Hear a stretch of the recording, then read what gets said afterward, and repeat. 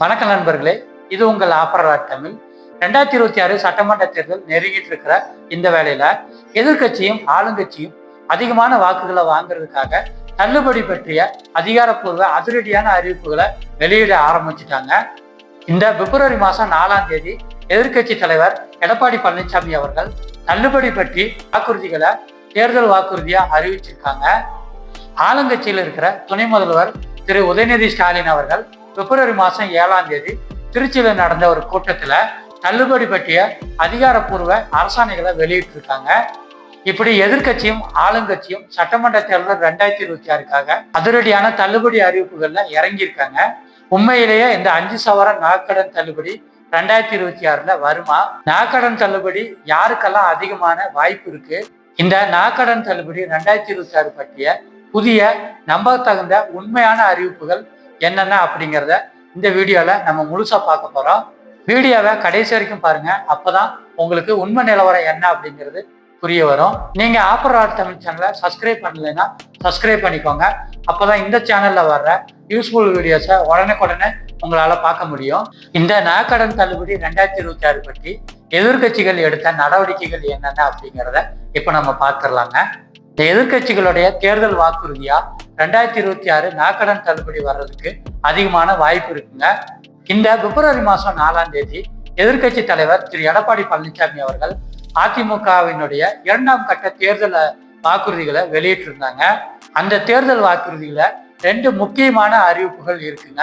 முதல் அறிவிப்பா மாற்றுத்திறனாளிகள் கூட்டுறவு வங்கிகள் வாங்கிய கடன்கள் முழுமையாக தள்ளுபடி செய்யப்படும் அப்படிங்கிற மெகா அறிவிப்பை வெளியிட்டிருக்காங்க. அது மட்டும் இல்லைங்க, கூடவே மாணவர்கள் கல்விக்காக வாங்கிய கல்வி கடன்கள் அனைத்தும் முழுமையாக தள்ளுபடி செய்யப்படும் அப்படிங்கிற ஒரு பெரிய தேர்தல் வாக்குறுதி அறிவிப்பையும் வெளியிட்டிருக்காங்க.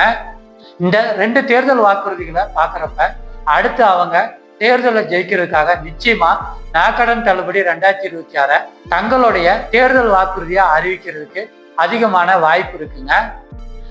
ஆளுங்கட்சியினுடைய தேர்தல் வாக்குறுதியா இந்த 2026 நகைக்கடன் தள்ளுபடி வர்றதுக்கு எவ்வளவு வாய்ப்புகள் இருக்கு அப்படிங்கிறத இப்ப நம்ம பார்க்கலாம். இந்த மாசம் பிப்ரவரி 7ஆம் தேதி ஆளுங்கட்சியினுடைய துணை முதல்வர் திரு உதயநிதி ஸ்டாலின் அவர்கள் திருச்சியில ஜமால் முகமது கல்லூரியில் நடந்த ஒரு விழாவில் அதிரடியான தள்ளுபடி பற்றிய அரசாணைகளை வெளியிட்டிருக்காங்க. அது என்னென்ன அப்படின்னா, திருச்சி மாவட்டத்துல மொத்தம் 53,271 பயனாளிகளுக்கு நகைக்கடன்கள் தள்ளுபடி பற்றிய அரசாணைகளை வெளியிட்டிருக்காங்க. இந்த அறிவிப்பினுடைய மொத்த மதிப்பு 176.91 கோடி ரூபாய். அது மட்டும் இல்லைங்க, இன்னொரு அதிரடியான தள்ளுபடி அரசாணையும் அன்னைக்கு துணை முதல்வர் அவர்கள் வெளியிட்டிருக்காங்க. 2வது அரசாணையா மணப்பாறை கவுண்டம்பட்டி கூட்டுறவு சங்கத்துல இருந்த 2116 மகளிர் சுயஉதவி கடன்கள் மற்றும் பயிர் கடன்களை தள்ளுபடி செய்யறதுக்கான அரசாணைகளை வெளியிட்டிருக்காங்க.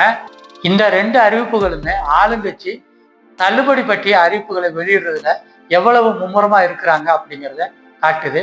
அதனால கட்டாயமா அடுத்ததா 2026 நகைக்கடன் தள்ளுபடி ஆளுங்கட்சியினுடைய தேர்தல் வாக்குறுதியில வர்றதுக்கு அதிகமான வாய்ப்பு இருக்குங்க. இந்த 2026 நகைக்கடன் தள்ளுபடி பற்றி ஆளுங்கட்சியும் எதிர்கட்சியும் எடுத்துட்டு வர நடவடிக்கைகளை இப்ப நீங்க தெளிவா பார்த்துருப்பீங்க.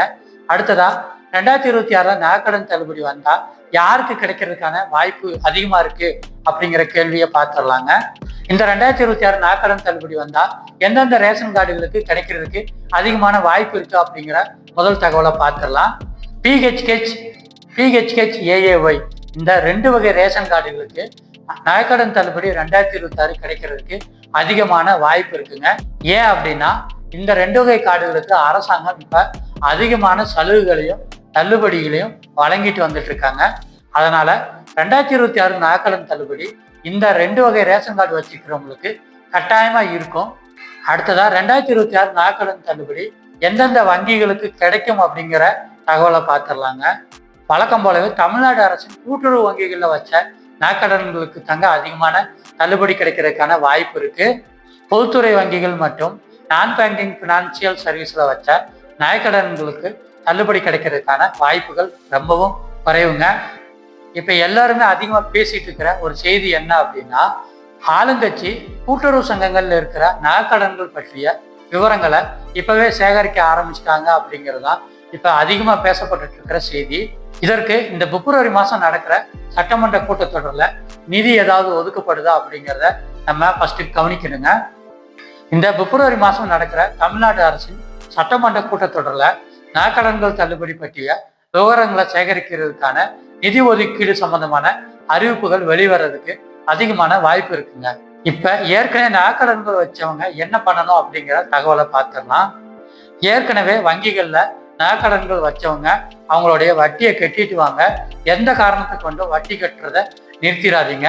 மற்றும் வங்கிகள்ல இருந்து வரும் அனைத்து ஆணைகளையும் ஃபாலோ பண்ணுங்க. ஏன்னா 2026 சட்டமன்ற தேர்தலுக்கான அறிவிப்புகள் வெளியாகி அதற்கு கட்சிகள் அவர்களுடைய தேர்தல் வாக்குறுதியா இந்த 2026 நகைக்கடன் தள்ளுபடி பற்றிய அறிவிப்புகளை வெளியிடணுங்க. அதுக்கப்புறம் தான் நம்மளால உறுதியா இந்த 2026 நகைக்கடன் தள்ளுபடி பற்றிய செய்திகளை நம்ப முடியும். அது வரைக்கும் நீங்க எந்த காரணத்தை கொண்டும் வங்கிகள்ல எடுத்த கடன்களுக்கு வட்டி கட்டாம இருக்காதீங்க. இந்த 2026 நகைக்கடன் தள்ளுபடி பற்றிய புதிய அறிவிப்புகள் மற்றும் லேட்டஸ்ட் செய்திகளை நீங்க தெரிஞ்சிருப்பீங்க. இந்த உண்மையான செய்திகளை உங்களுடைய உறவினர்களும் நண்பர்களுக்கும் தெரிஞ்சுக்கிறதுக்கு அவங்களுக்கு இந்த வீடியோவை பகிருங்க. இதே மாதிரி பயனுள்ள வீடியோக்கள் பார்க்கறதுக்கு ஆஃபர் லாட் தமிழ் சேனலை சப்ஸ்கிரைப் பண்ணி வச்சுக்கோங்க. இன்னொரு மணி சேவிங்ஸ் வீடியோவில் உங்களை மீண்டும் சந்திக்கிறேன். நன்றி, வணக்கம்.